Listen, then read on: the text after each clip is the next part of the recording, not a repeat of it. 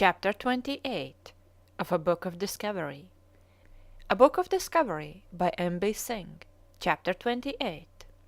Cortes Explores and Conquers Mexico.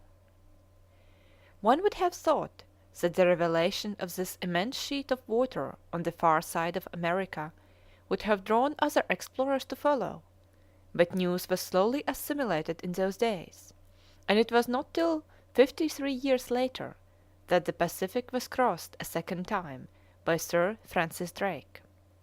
In the maps of the day, Newfoundland and Florida were both placed in Asia, while Mexico was identified with the Quincy of Marco Polo. For even while Magellan was fighting the gales of the Atlantic en route for his long sought strait, another strange and wonderful country was being unveiled and its unsurpassed wealth laid at the feet of Spain. The starting place for further Spanish exploration had been, from the days of Columbus, the West Indies. From this centre the coast of Florida had been discovered in 1513. From here, the same year Balboa had discovered the Pacific Ocean. From here, in 1517, a little fleet was fitted out under Francisco Hernando de Cordova, a man very prudent and courageous, and strongly disposed to kill and kidnap Indians. As pilot he had been with Columbus on his fourth voyage some 14 years before. He suggested that his master had heard rumours of land to the west, and sure enough, after sailing past the peninsula of Yucatan, they found signs of the eastern civilization so long sought in vain. Strange-looking towers or pyramids, ascended by stone steps, greeted their eyes, and the people who came out in canoes to watch the ships were clad in kilted cotton doublets and wore cloaks and brilliant plumes. They had heard of the Spaniards. Indeed, only 100 miles of sea divided Yucatan from Cuba, and they were anything but pleased to see these strangers off their coast. "Coes Cotoje, come to my house," they cried, for which reason Cordova called the place Cape Catoje, as it is marked in our maps today. Along the coast sailed the Spaniards to a place called by the Indians Quimpeje, now known as Campeche Bay. They were astonished to find how civilized were these natives, and how unlike any others they had met in these parts. But the inhabitants resented the landing of Cordova and his men, and with arrows and stones and darts they killed or wounded a great number of Spaniards, including the commander himself, who sent an account of his voyage to the governor of Cuba, and died a few days later. His information was interesting and inspiring, and soon young Juan Grijalva was on his way to the same land, accompanied by 250 stout soldiers and the old pilot, Alvarado, who had led both Columbus and Cordova. Grijalva explored for the first time the coast of this great new country. "Mexico, Mexico," repeated the Indians with whom they conversed. Gold, too, was produced, gold ornaments, gold workmanship, until the young and handsome Grijalva was fitted out completely with a complete suit of gold armour. He returned enthusiastic over the new land where lived a powerful ruler over many cities. Surely this was none other than the great Khan of Marco Polo fame, with the riches and magnificence of an eastern potentate, a land worthy of further exploration. The conqueror of Mexico now comes upon the scene, young, bold, devout, unscrupulous, a respectable gentleman of good birth, Hernando Cortes. Great was the enthusiasm in Cuba to join the new expedition to the long lost lands of the great Khan. Men sold their lands to buy horses and arms, pork was salted, armour was made, and at last Cortes, a plume of feathers and a gold medal in his cap, erected on board his ship a velvet flag with the royal arms embroidered in gold and the words, "Brothers, follow the cross in faith, for under its guidance we shall conquer." His address to his men called forth their devotion. "I hold out to you a glorious prize, but it is to be won by incessant toil. Great things are achieved only by great exertions, and glory was never the reward of sloth. If I have laboured hard and staked my all on this undertaking, it is for the love of that renown, which is the noblest recompense of man. But if any among you covet riches more, be but true to me, as I will make you masters of such as our countrymen have never dreamed of. You are few in number, but strong in resolution. Doubt not but that the Almighty, who has never deserted the Spaniard in his contest with the infidel, will shield you, for your cause is a just cause, and you are to fight under the banner of the cross." In this spirit of enthusiasm the fleet sailed for the shores of Cuba on 18th February 1519, and was soon on its way to the land of Mexico. The pilot Alvarado was with this expedition also. Rounding Cape Catoche and coasting along the southern shores of Campeachy Bay, with a pleasant breeze blowing off the shore, Cortes landed with all his force, some 500 soldiers, on the very spot where now stands the city of Vera Cruz. Little did the conqueror imagine that the desolate beach on which he first planted his foot was one day to be covered by a flourishing city, the great mart of European and Oriental trade, the commercial capital of New Spain. On a wide level plain Cortes encamped, his soldiers driving in stakes and covering them with boughs to protect themselves from the scorching rays of the fierce tropical sun. Natives came down to the shore, bringing their beautiful featherwork cloaks and golden ornaments. Cortes had brought presents for the great king, the Khan as he thought, and these he sent with a message that he had come from the King of Spain, and greatly desired an audience with the great Khan.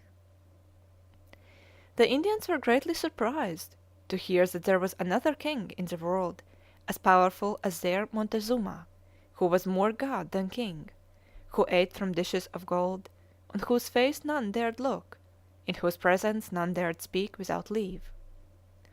To impress the messengers of the king, Cortes ordered his soldiers to go through some of their military exercises on the wet sands.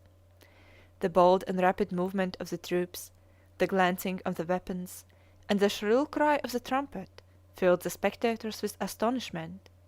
But when they heard the thunder of the cannon, and witnessed the volumes of smoke and flame issuing from these terrible engines, the rushing of the bolts as they hissed through the trees of the neighboring forest, shivering their branches, they were filled with consternation.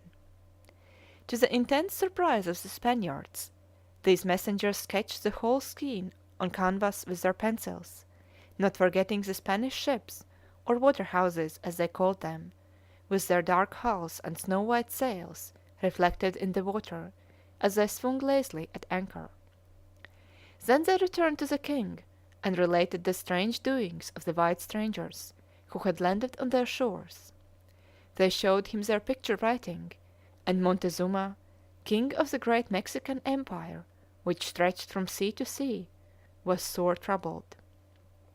He refused to see the Spaniards. The distance of his capital was too great, since the journey was beset with difficulties. But the presents he sent were so gorgeous, so wonderful, that Cortes resolved to see for himself the city which produced such wealth, whatever its ruler might decree. Here was a plate of gold as large as a coach wheel, representing the sun; one in silver even larger, representing the moon. There were numbers of golden toys, representing dogs, lions, tigers, apes, ducks, and wonderful plumes of green feathers. The man who had sailed across 2,000 leagues of ocean held lightly the idea of a short land journey, however difficult, and Cortes began his preparations for the march to Mexico. He built the little settlement at Vera Cruz, the rich town of the True Cross, on the seashore as a basis for operations. Although the wealth allured them, there were many who viewed with dismay the idea of the long and dangerous march into the heart of the hostile land. After all, they were but a handful of men pitted against a powerful nation. Murmurs arose which reached the ears of Cortes. He was equal to the occasion, and resolutely burnt all the ships in the harbour save one. The panic ensued. Mutiny threatened. "I have chosen my part," cried Cortes. "I will remain here while there is one to bear me company. If there be any so craven as to shrink from sharing the dangers of our glorious enterprise, let them go home. There is still one vessel left; let them take that and return to Cuba. They can tell there how they have deserted their commander and their comrades, and patiently wait till we return loaded with the spoils of Mexico." He touched the right chord. Visions of future wealth and glory rose again before them, confidence in their leader revived, and shouting bravely, "To Mexico! To Mexico!" the party started off on their perilous march. It was 16th August 1519 when the little army, buoyant with high hopes and lofty plans of conquest, set forth. The first part of the way lay through beautiful country, rich in cochineal and vanilla, with groves of many colored birds, and insects whose enamelled wings glistened like diamonds in the blazing sun of the tropics. Then came the long and tedious ascent of the Cordilleras, leading to the tableland of Mexico. Higher and higher grew the mountains. Heavy falls of sleet and hail, icy winds, and driving rain drenched the little Spanish party as they made their way bravely upwards, till at last they reached the level of 7,000 feet, to find the great tableland rolling out along the crest of the Cordilleras. Hitherto they had met with no opposition among the natives they had met. Indeed, as the little army advanced, it was often found that the inhabitants of the country fled awestruck from before them. Now the reason was this.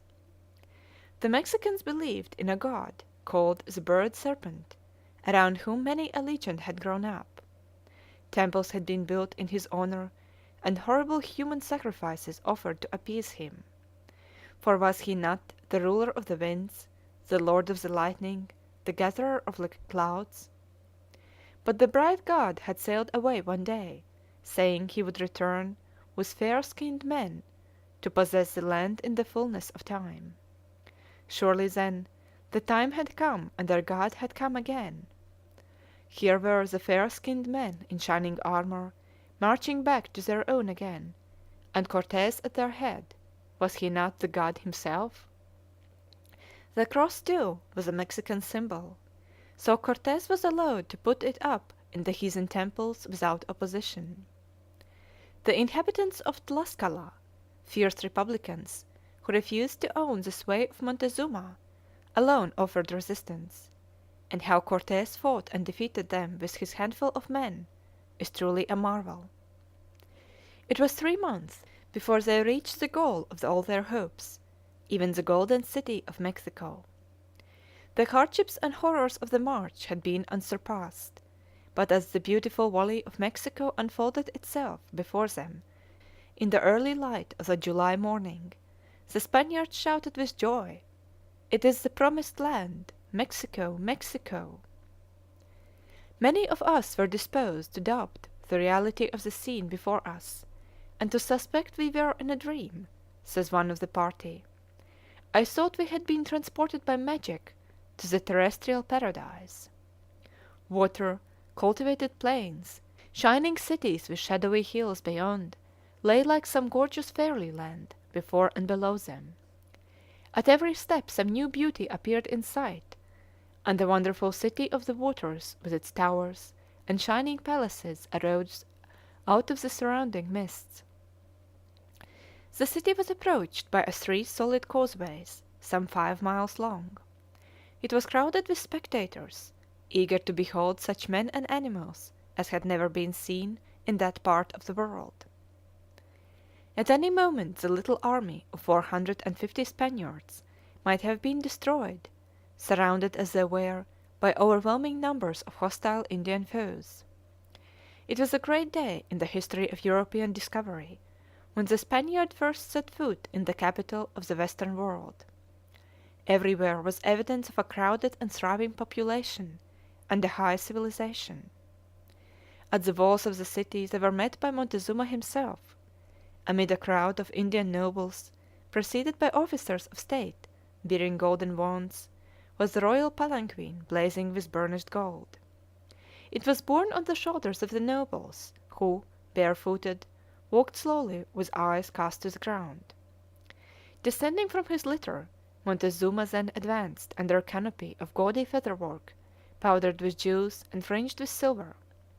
His cloak and sandals were studded with pearls and precious stones, among which emeralds were conspicuous. Cortes dismounted, greeted the king, and spoke of his mission to the heathen and of his master, the mighty ruler of Spain. Everywhere Cortes and his men were received with friendship and reverence, for was he not the long lost child of the sun?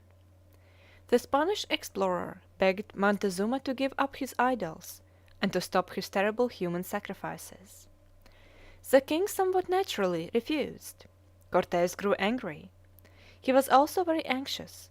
He felt the weakness of his position, the little handful of men in this great populous city, which he had sworn to win for Spain. The king must go.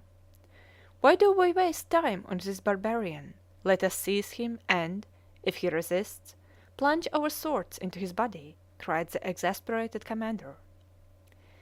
This is no place for the pathetic story of Montezuma's downfall. Prescott's conquest of Mexico is within the reach of all. It tells of the Spanish treachery, of the refusal of the Mexican ruler to accept the new faith, of his final appeal to his subjects, of chains, degradation, and death. It tells of the 3 great heaps of gold, pearls, and precious stones taken by Cortes, of the final siege and conquest. The news of this immense Mexican empire, discovered and conquered by Spain, brought honors from the king, Charles V, to the triumphant conqueror. Nor did Cortes stop even after this achievement. As governor and captain general of Mexico, he sent off ships to explore the neighboring coasts. Hearing that Honduras possessed rich mines and that a strait into the Pacific Ocean might be found, Cortes led an expedition by land. Arrived at Tabasco, he was provided with an Indian map of cotton cloth, whereon were painted all the towns, rivers, mountains, as far as Nicaragua. With this map and the mariner's compass, he led his army through gloomy woods, so thick that no sun ever penetrated, and after a march of 1,000 miles, reached the sea coast of Honduras, took over the country for Spain to be governed with Mexico by himself. This enormous tract of country was known to the world as New Spain. End of chapter 28.